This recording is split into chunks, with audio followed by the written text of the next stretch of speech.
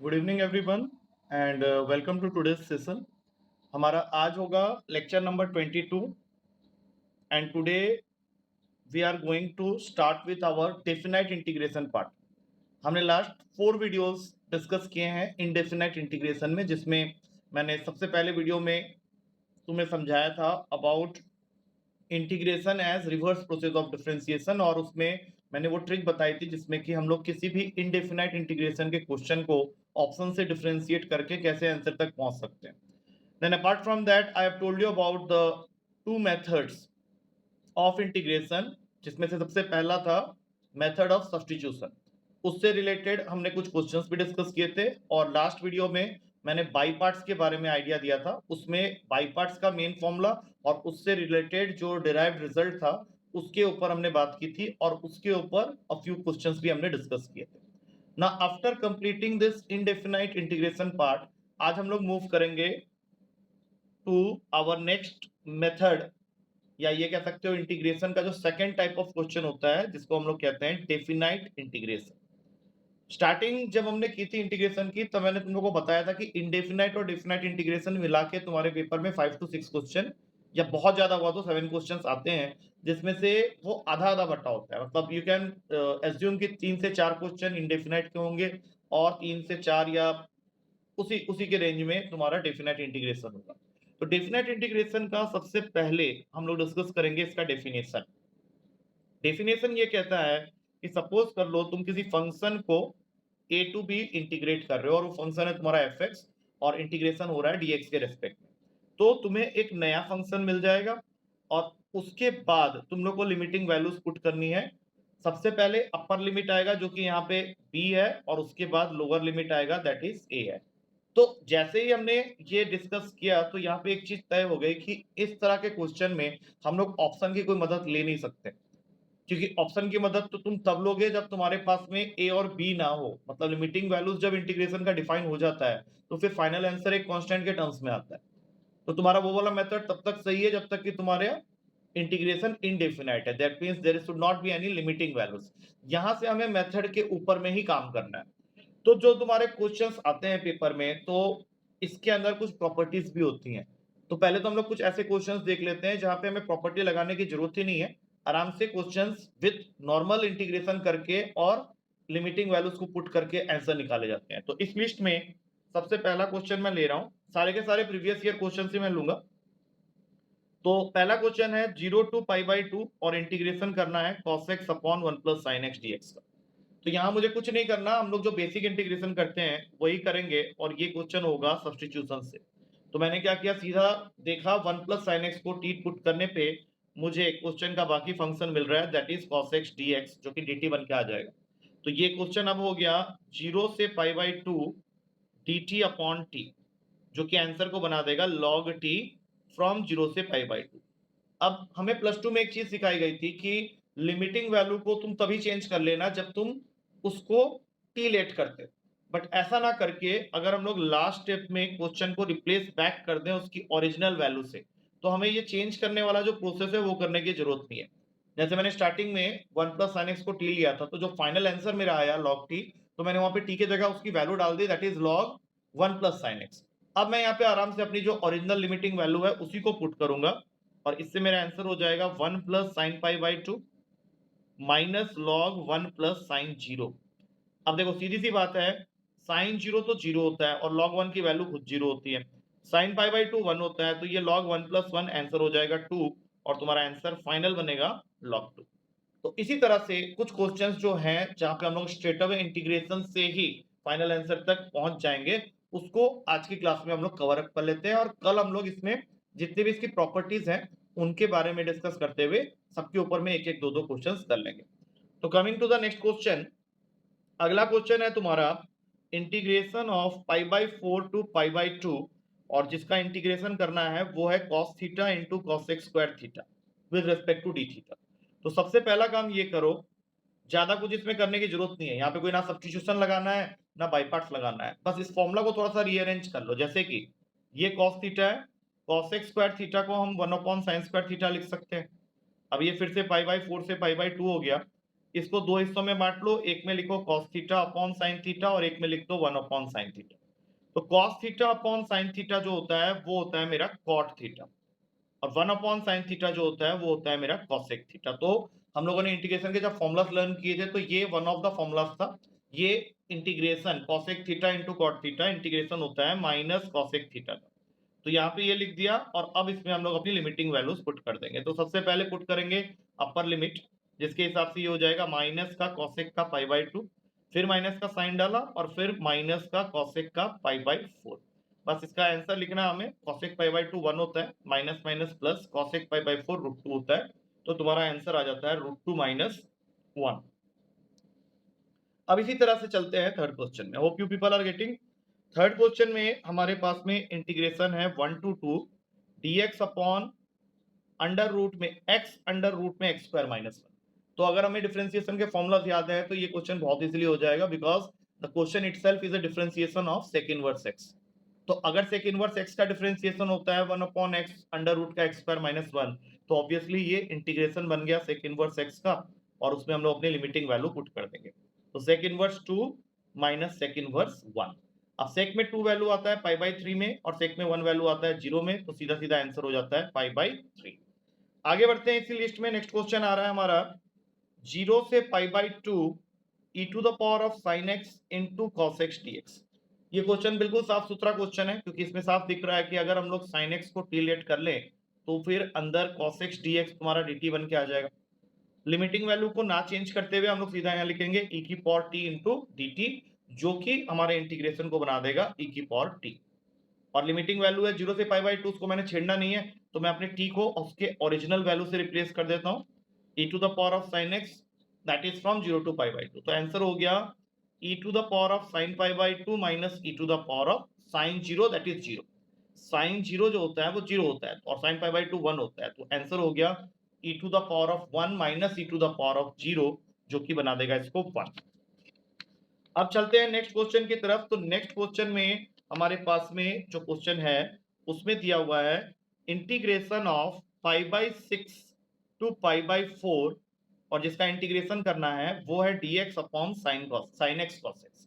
अब ये वही वाला केस हो गया कि तुम्हारा sin x और cos x जब भी साथ में आ जाए और उनके साथ में जो अटैच्ड एंगल है वो सेम है, तो उसको हमेशा आगे बढ़ाने के लिए हम लोग 2 से मल्टीप्लाई और डिवाइड कर देते हैं।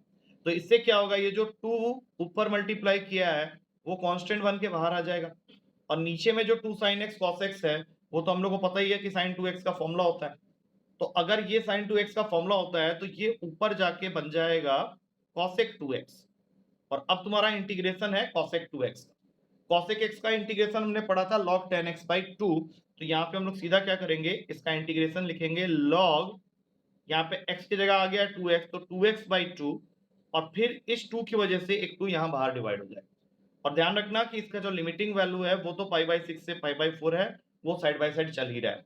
तो ये 2 इस 2 को काटेगा, ये 2 इस 2 को काटेगा, और तुम्हारे पास में फाइनल आंसर आ गया log मॉडुलस में 10x। और अब हम लोग इसमें पुट करने जा रहे हैं अपनी लिमिटिंग वैल्यू। तो log में 10 में π/4 माइनस log का 10 का π/6। अब ये लिखने के बाद सबको पता है कि 10 π/4 1 होता है और log 1 0 होता है, तो यहाँ से तो कुछ मिला ही नहीं। बाकी 10 π/6 की वैल्यू 1/√3 होती है। अब देखो बाहर में माइनस का साइन है और इसका अपना फॉर्मूला होता है log a/b का log a minus log b। तो जब हम लोग ब्रैकेट खोलेंगे तो देखो log 1 फिर से 0 हो गया, माइनस माइनस प्लस, और इसका फाइनल आंसर आ गया प्लस का log√3। नेक्स्ट क्वेश्चन की तरफ मूव करेंगे। नेक्स्ट क्वेश्चन है हमारा 6th क्वेश्चन।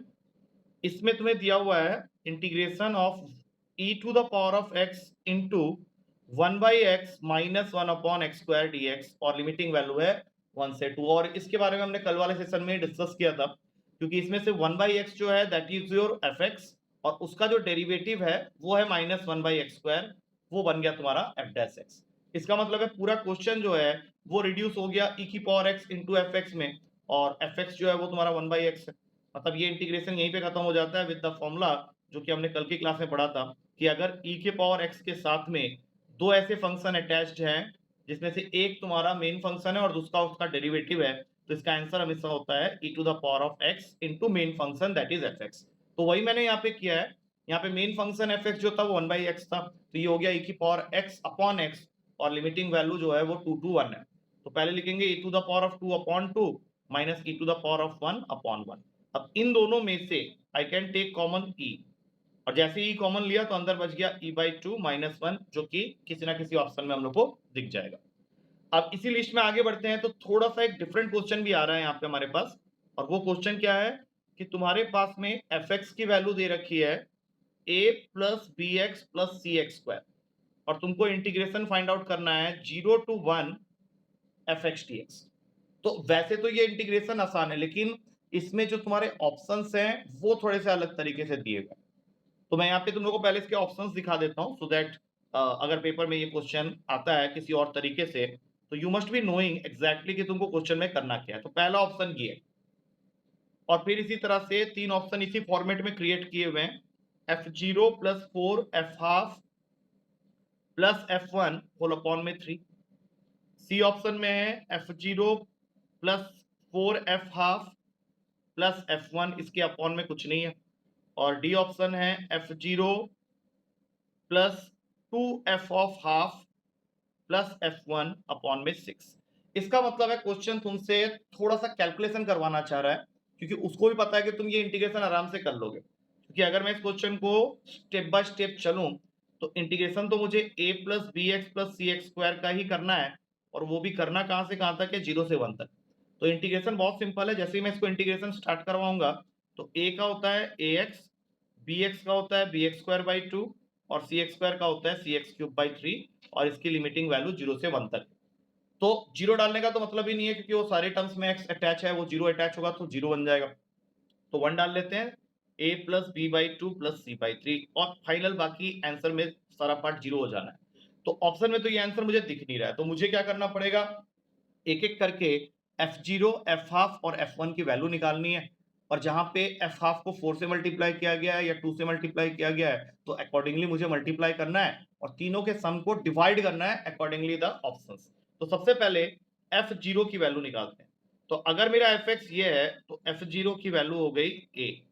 फिर f ऑफ हाफ निकालना है, अगर मेरा fx ये वैल्यू है तो मेरा जो f हाफ होगा वो बन जाएगा a plus b by 2 plus c by 4, और फिर वो जो f1 है वो बन जाएगा a प्लस बी प्लस सी।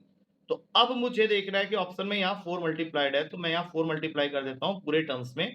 तो ये बन जाता है मेरा 4a plus 2b plus c by 2।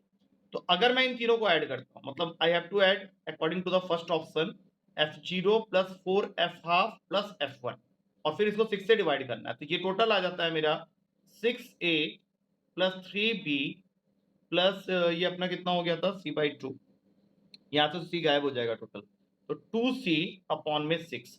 तो हम लोग देख सकते हैं कि ये अभी थोड़ी देर पहले हमने आंसर निकाला था a plus b by 2 plus c by 3, और ये आया किससे है, ये आया अपने फर्स्ट ऑप्शन की वजह से, जो कि यहाँ पे है f0 plus 4 f half plus f1 upon 6 से। तो यहाँ पे हमने इस क्वेश्चन के थ्रू ये सीखा कि कई बार हम इंटीग्रेशन कर लेते हैं, और अगर ऑप्शन में वो चीज अवेलेबल नहीं है तो हमें ऑप्शन को भी थोड़ा सा सॉल्व करना पड़ता है, जैसा कि मैंने इस क्वेश्चन में किया। ऑप्शन को सॉल्व करते समय ये ध्यान रखना है कि चारों ऑप्शन ऑलमोस्ट सेम वैल्यूज को कैलकुलेट करने दे रहा है तुम्हें, with slight modification in a few options, जहां पे वो कोफिशिएंट्स को चेंज कर रहा है। तो हमको उसको अकॉर्डिंगली सेट करके देखना पड़ेगा कि जो हमारा ओरिजिनल आंसर आया था वो इनमें से किस आंसर से मैच करता है। So that is one of the question. अब चलते हैं अगले क्वेश्चन की तरफ, वो होगा हमारे आज की क्लास का 8वां क्वेश्चन।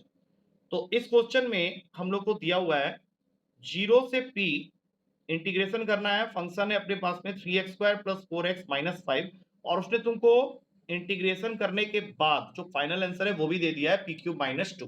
तो बहुत ही सिंपल सी बात है, वो तुमसे p की वैल्यू मांग रहा होगा, find the value of p। तो सीधा स्टार्ट करते हैं, 3x स्क्वायर का इंटीग्रेशन होता है 3x क्यूब बाई 3, 4x का होता है 4x स्क्वायर बाई 2, और माइनस 5 का होता है minus 5x।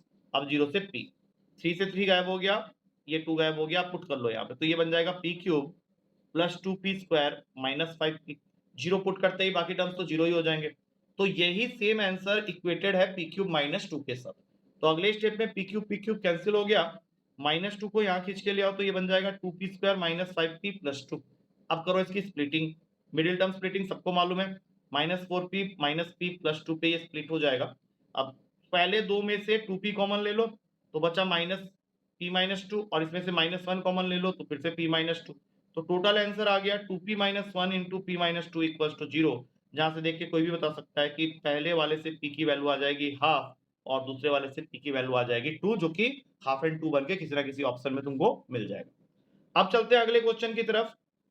Again A question which is a direct case of substitution method, क्योंकि यहाँ पे दिया हुआ है 0 से 1 इंटीग्रेशन करना है x into e to the power of x square का। तो सीधी सी बात है, जब हम लोग सॉल्यूशन की तरफ मूव करेंगे तो हमें साफ दिख रहा है कि अगर हम लोग x स्क्वायर को t लेट कर लें तो x स्क्वायर का डेरिवेटिव होता है 2x dx is equal to dt, और यहाँ से x dx की वैल्यू आ जाएगी dt अपॉन 2, जो कि यहाँ क्वेश्चन में अवेलेबल है। तो पूरा क्वेश्चन क्या बन गया, e to the power of t dt और 1/2 को कर लो बाहर। अब देखो सबसे इजी इंटीग्रेशन होता है e की पावर x का, तो यहाँ पे e की पावर t का e की पावर t ही रहेगा। 0 से 1 मैंने रखा है क्योंकि लास्ट स्टेप में हम लोग t को उसके ओरिजिनल वैल्यू से रिप्लेस कर देंगे, दैट इज x स्क्वायर। अब इसमें पुट कर लो वैल्यू, तो पहले पुट करना है तुमको 1, तो ये हो जाएगा हाफ e की पावर 1, और फिर पुट करना है 0 e की पावर 0। तो फाइनल आंसर क्या हो गया, देखो e की पावर 0 1 होता है, तो हाफ इंटू e माइनस 1, जो कि पहले ही ऑप्शन में यहाँ पे अवेलेबल है। अब आज की क्लास का लास्ट क्वेश्चन ले लेते हैं। 10th क्वेश्चन होगा ये। इसमें तुमको दिया हुआ है, ये बहुत ही ट्रिकी क्वेश्चन है, जरा ध्यान देना इस क्वेश्चन की तरफ। a टू b इंटीग्रेशन करना है log x upon x dx का। तो काफी टाइम ये क्वेश्चन बच्चे गलत कर देते हैं, क्योंकि उन्हें ये तो पता है कि इंटीग्रेशन करते समय इसके अंदर साफ दिख रहा है कि हमें log x को पुट करना है t के इक्वल, क्योंकि log x का डेरिवेटिव होता है 1/x dx, जो कि क्वेश्चन में क्लियरली यहाँ पे अवेलेबल है। तो यहाँ पे तुमको इस चीज को समझना है कि अगले स्टेप में जब हम लोग लिखेंगे इस सब्स्टिट्यूशन को, तो क्या आंसर t dt होगा या dt बाई t होगा। तो यहाँ पे बच्चे कई बार गलत करते हैं, सही जो है वो t dt है, और जैसे ही तुमने t dt लिखा तो t को तो हम लोग अपना इंटीग्रेशन से ही कर लेंगे, तो यहाँ पे सीधा सीधा आंसर बन जाता है t²/2। और मैंने शुरू से लेकर लास्ट तक एक क्वेश्चन में भी लिमिटिंग वैल्यू चेंज नहीं किया, तो यहाँ पे भी नहीं चेंज करूंगा। I will just bring my constant out, तो हाफ बाहर आ गया। अब t को रिप्लेस कर दो log x से, तो log x का होल स्क्वायर और लिमिटिंग वैल्यू है a टू b, तो टोटल आंसर हो गया 1/2 log b का whole square minus log a का होल स्क्वायर। तो इसको ऑप्शन के अकॉर्डिंग हम लोग काफी तरीके से सिंप्लीफाई कर सकते हैं। जैसे यहाँ पे अभी हम लोग इसमें a square minus B square की आइडेंटिटी लगा के इसको लिख सकते हैं log b plus log a into log b minus log a।